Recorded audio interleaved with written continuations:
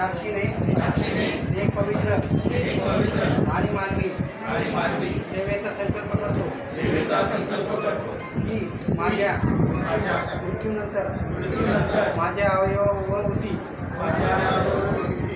गरजूंना दान करण्यात यावे जेणेकरून माझ्या अवयवामुळे इतरांचे जीवन वाचू व सुधारू शकेल।